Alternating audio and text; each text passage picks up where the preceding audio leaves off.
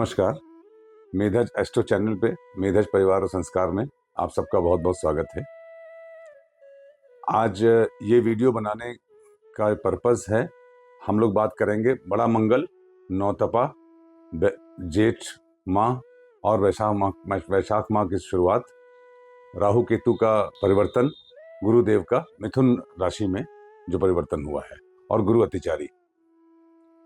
पहली बात तो आप सबको बड़े मंगल की बहुत बहुत शुभकामनाएं। बड़ा मंगल का एक्चुअली यूपी में और खासकर लखनऊ में ही बड़ा मंगल नाम से बहुत महत्व है, क्योंकि इसकी एक कहानी यह है कि नवाब वाजिद अली शाह और को पुत्र चाहिए था, तो वो लोग अलीगंज के हनुमान मंदिर, जो बड़े मंदिर है बड़े हनुमान जी का, वहाँ पे गए और उनके आशीर्वाद से उनको प्राप्ति हुई। तो उनकी आस्था उनमें बहुत थी। तब से ही लखनऊ में बड़ा मंगल मनाया जाने लगा। इसका हम लोगों की जो वैदिक ज्योतिष है, इसका महत्व तो बहुत पहले से ही चल रहा है। क्यों?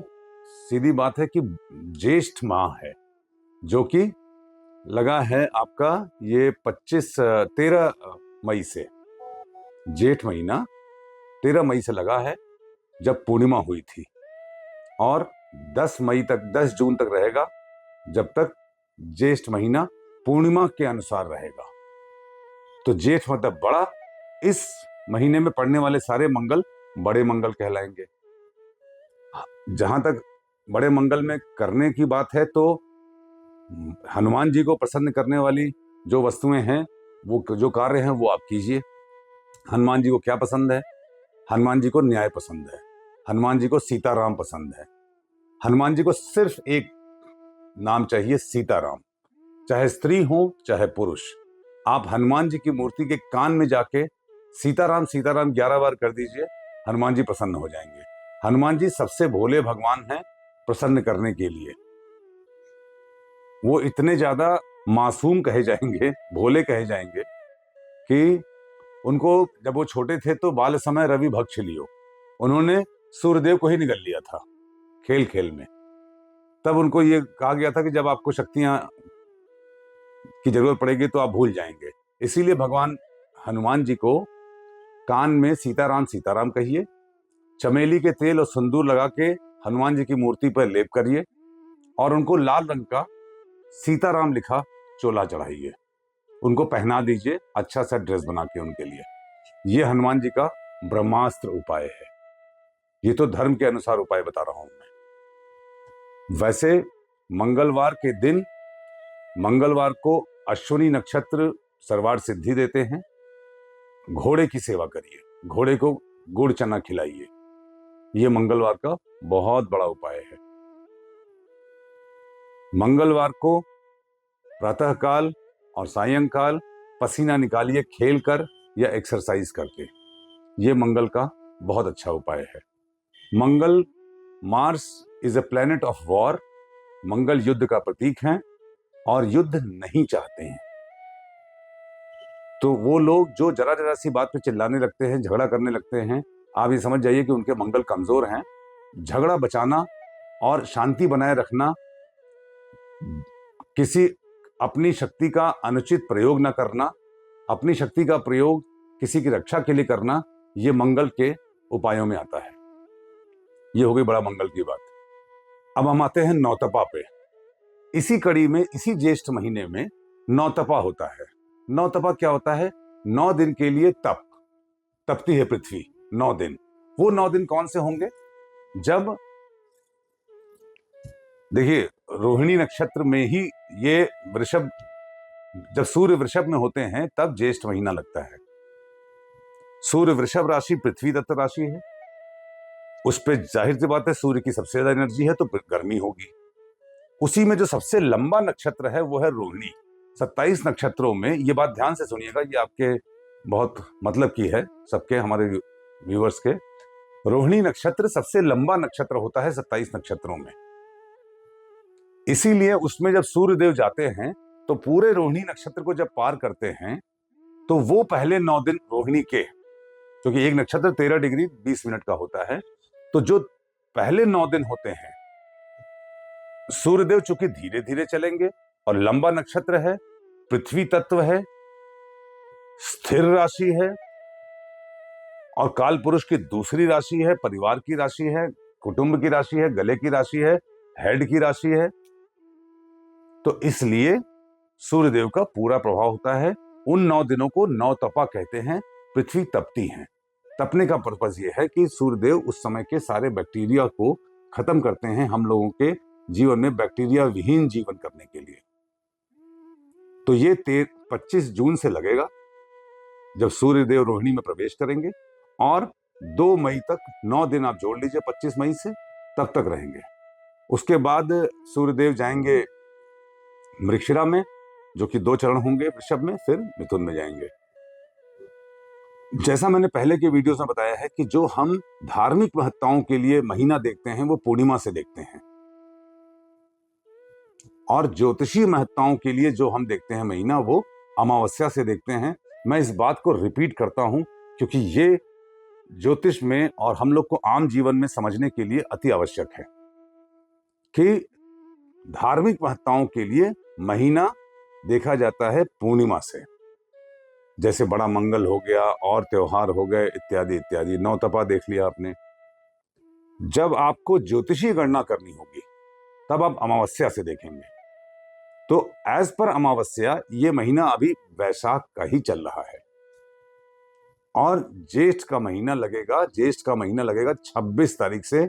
और जब ज्येष्ठ का महीना लगेगा तब वृषभ राशि शून्य हो जाएगी।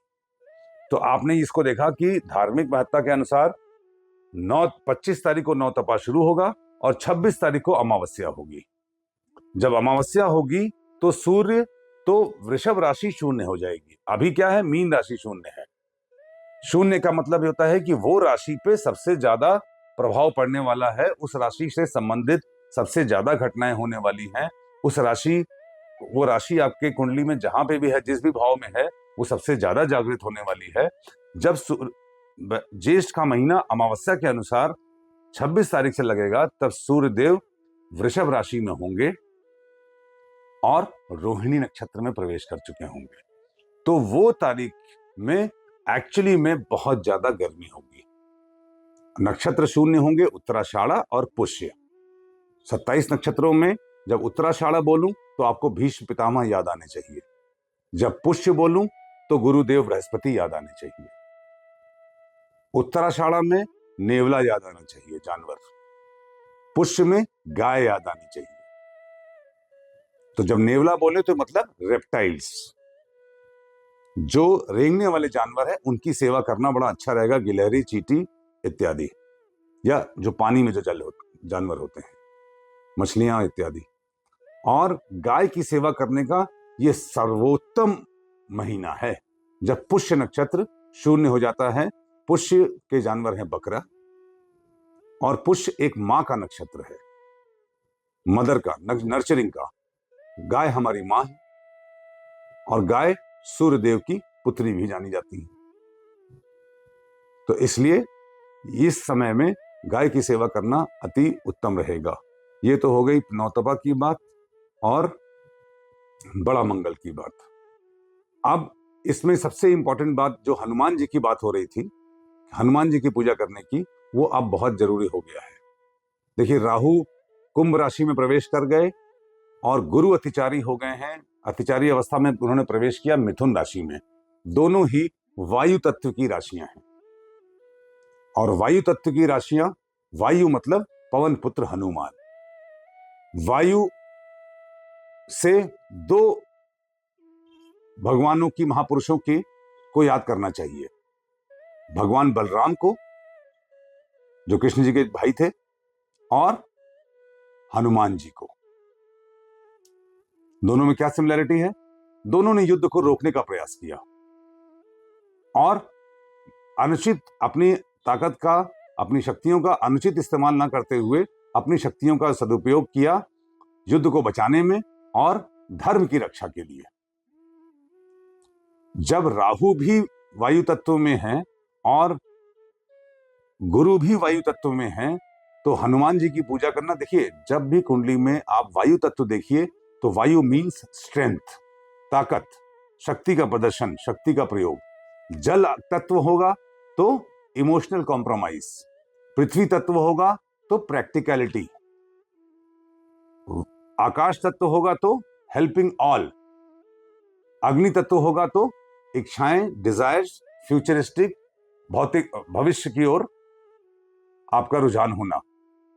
तो इस बार जो एक आपको सीक्रेट बात बताता हूं, जो आपको पूरे यूट्यूब में या पूरे विश्व में किसी भी ज्योतिष में नहीं मिलेगी, ये मैं दावे से कह सकता हूं, ये गूढ़ ज्योतिष को जानने वाले ही जानते हैं कि जब गुरुदेव ने इस बार प्रवेश किया मिथुन राशि में, तो उस समय ब्रह्मांड में वायु तत्व प्रभावी था।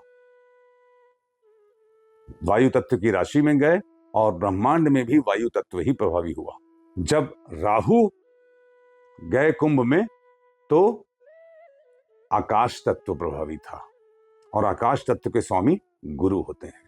देखिए, इस पृथ्वी पर पहले आकाश, फिर वायु, फिर अग्नि, फिर जल, फिर पृथ्वी, फिर पुनः आकाश, फिर वायु, फिर पृथ्वी, फिर आकाश के बाद वायु, फिर अग्नि, फिर जल, फिर पृथ्वी। तो वायु मतलब पावर, स्ट्रेंथ। अब हमको अपनी स्ट्रेंथ को, और जुपिटर लार्जेस्ट प्लैनेट है, तो शक्ति को समझने का, शक्ति को बैलेंस करने का, शक्ति का प्रयोग करने का, शक्ति को जागृत करने का समय आ चुका है। शक्तिहीनता इस समय अभिशाप हो जाएगी। It is a matter of proving your worth. हर किसी को अपनी वर्थ को प्रूव करने के लिए अपनी शक्ति को बढ़ाना होगा। इसको कि कहा जाए कि we have to work towards increasing our efficiency. अपनी कॉन्शियसनेस को रेज करने का समय है। शक्ति का मतलब अन्यथा न समझा जाए। शक्ति मतलब देवी पार्वती, भगवान शिव का स्त्री रूप, अर्धनारीश्वर। तो इस बात के साथ मैं अपनी वाणी को विराम देता हूं। आप मीनज एस्ट्रो चैनल से जुड़े रहिए, इसको सब्सक्राइब करिए, बेल आइकन दबाइए, ज्यादा से ज्यादा अपने संपर्क में इसको कीर्तन कीजिए, इसका प्रचार कीजिए। श्रवण, मनन और कीर्तन, जो मैंने बोला उसको आप सुनिए, उस पर मनन करिए, और फिर कीर्तन मतलब प्रचार कीजिए। श्रवण, मनन और कीर्तन, यही हमारा ध्येय है। मेधजो रक्षति रक्षतः। जो मेधज की रक्षा करेगा, मेधज उसकी रक्षा करेगा। भगवान विष्णु ने यही कहा, धर्मो रक्षति रक्षतः। जो धर्म की रक्षा करेगा, धर्म उसकी रक्षा करेगा। आप धर्म की रक्षा नहीं करेंगे, धर्म आपकी रक्षा कैसे करेगा? धन्यवाद। Thank you.